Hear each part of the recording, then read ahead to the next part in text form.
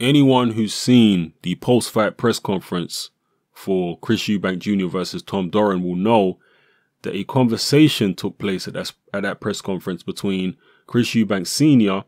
and Eddie Hearn regarding this potential matchup between Eubank Jr. and Golovkin. And based on what was said in that conversation, it seems clear to me now that it is highly unlikely that this Golovkin fight is going to happen anytime soon. The question I have is, did the Eubanks ever intend to fight Golovkin at all? The sticking point from what Eddie Hearn and Chris Eubank Sr. said is money. The Eubanks are not happy with the pay-per-view split that Sky are giving them. They want a bigger split. Are they using this split as a smokescreen to make it look as though they want the fight, but really all they're doing is trying to gain publicity off Golovkin's name? Or is it actually a genuine gripe that they have? To be fair to the Eubanks, they have made the money that they get a priority in terms of not getting ripped off and being paid what they're worth. If you remember, they left Frank Warren because of money issues. This is what Eubank Sr. says anyway. They also left Eddie Hearn the first time around because of money issues. So maybe this is a continuation of that. In the press conference, Eubank Sr. said that the first dollar should fall to the fighter and not to the broadcaster or the promoter. And I've got a massive amount of sympathy with that standpoint. Boxing is in a transitional period at the moment. A lot of newer boxing fans don't realize this. Boxing is in a transitional phase.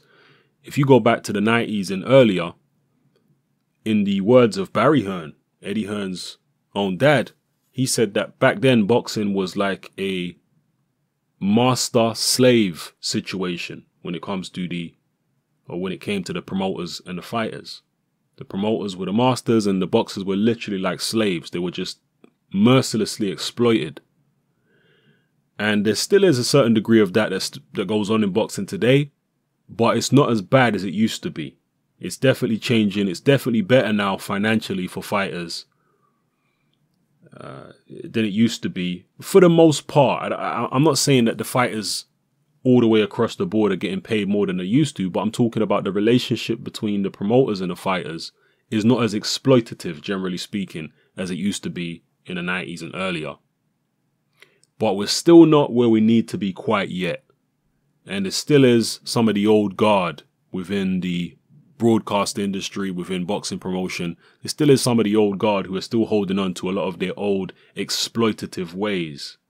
So we need people like Chris Eubank Sr. trying to push the envelope and push the boundaries and fight for the rights of fighters. Obviously, in this case, he's fighting for his son's rights as a fighter. It's not like he's out there campaigning for everybody, but if he manages to kick down some doors, it might actually pave the way for other fighters behind him or other promotional outfits behind him. So I've got full sympathy with what Eubank Sr. is trying to do in that regard. You know, they say he's a nightmare to deal with, but he's trying to fight for more rights for the fighter. And if you've watched my channel for any length of time, you'll know that I'm always pushing for that myself. Making sure the fighters are adequately compensated financially is, for me, the top priority. They're the ones putting their lives on the line and their health on the line every time they get in the ring. They're the ones doing the grueling training and the sparring and all that type of stuff. It's not the promoters. It's not the broadcasters doing that. And without the fighter, there's no event. Nobody gets paid if the fighter don't show up. Nobody is paying their money and turning up to watch Adam Smith, the head of Sky Boxing, or Barney Francis. Nobody's turning up to watch Eddie Hearn. They're turning up to watch fighters. So the buck stops with the fighter. If the fighter's not there, there is no event and nobody gets paid. If the promoter's not there or the broadcaster's not there, fighters still get paid. There are plenty of fights that go on worldwide which are not broadcast on television, and the fighters still get paid, or people still come to watch the fighter. I mean, you look at bare knuckle boxing, like the gypsies do. These are untelevised, unsanctioned bare knuckle fights, and people are still turning up to watch, and the fighters are still getting paid. So the fighter is the absolute, should be the boss of bosses in boxing. We're still not there yet, but we're moving towards there. And we, as I say, we need people like Eubank Sr. trying to push it in that direction. However, coming back to my original point, Eubank Sr. must have known that Sky were never going to accept his terms, or the terms that he wants to get, this extra split. He must have known. I know people say he's deluded and what have you. Is he that deluded that he really thought Sky would give him this type of split that he wants, given the fact that Eubank Jr. is not a world champion, given the fact that he's never beaten any world level opposition? Yes, Eubank Jr. is a name in the UK at least.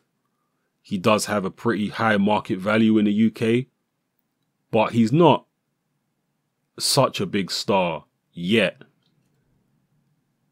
to be in a position where he can negotiate directly with television networks and seriously hope to get a deal. From an ethical point of view, yes, he should be able to negotiate a better split with Sky right now.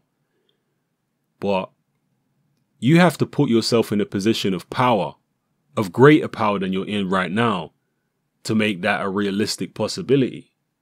You shouldn't have to, but this is the reality of it. And Eubank Sr. must have known that. This is why I asked the question, did Eubank Sr. ever intend to really make this fight with his son in Golovkin?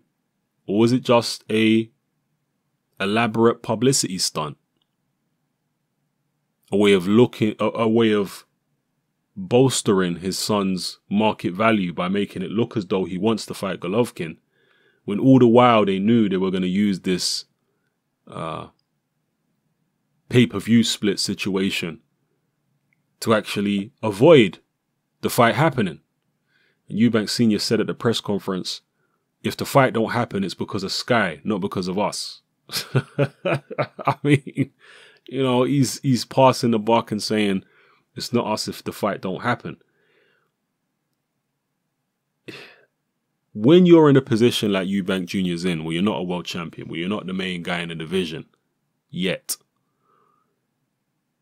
you shouldn't have to, as I say, but from a logical point of view and a realistic point of view, you know that you're going to have to bite the bullet and take the short end of the stick for a while in terms of the splits that you're having with the broadcasters and the promoters. You know you're going to have to take the short end of the stick for a while until you've actually put yourself in the position of being the premier fighter in the division. Yes, you need to push and challenge the networks and challenge the promoters in terms of the financial split. But realistically, when you don't have any world titles, when you ain't beating any world-class opposition, why would you think that they're actually going to budge? You know, to me, I don't know, man. Maybe it was just a publicity stunt and they never intended to fight Golovkin at all. Maybe that's what it was. What if Sky turned round and said, okay, we'll give you this greater split of the pay-per-view revenue? Do you think the Eubanks would still take the fight? Maybe they would, actually. I don't know. Maybe they would think, okay, if we're getting all this money, it's worth just going ahead and taking the Golovkin fight. Those are my thoughts, people. I could be wrong. Maybe the fight will get signed. Maybe the Eubanks will take the short end of the stick and say, you know what, let's just go for glory. Let's try to take Golovkin out. And then after that, then we'll try and negotiate a greater pay-per-view split with Sky. I doubt it, but we'll see. Let me know what you think of the situation in the comment section below, people. Eubanks Jr. seems to be getting a lot of credit from a lot of people for calling Golovkin out and all this type of stuff. But as I say, based on that press conference and what was said, I don't think it's quite as straightforward as they're making out. You know, what their motivation is for this Golovkin fight not happening, because I don't think it will happen. What their motivation is for this this gripe with Sky, I'll let you guys decide that. You know, you guys tell me what you think. Is it a legitimate gripe and they want to get compensated for the risk, or just a smokescreen and they're using Golovkin's name for publicity? Drop it in the comment section below, people. It's your boy Hatman, I'm out.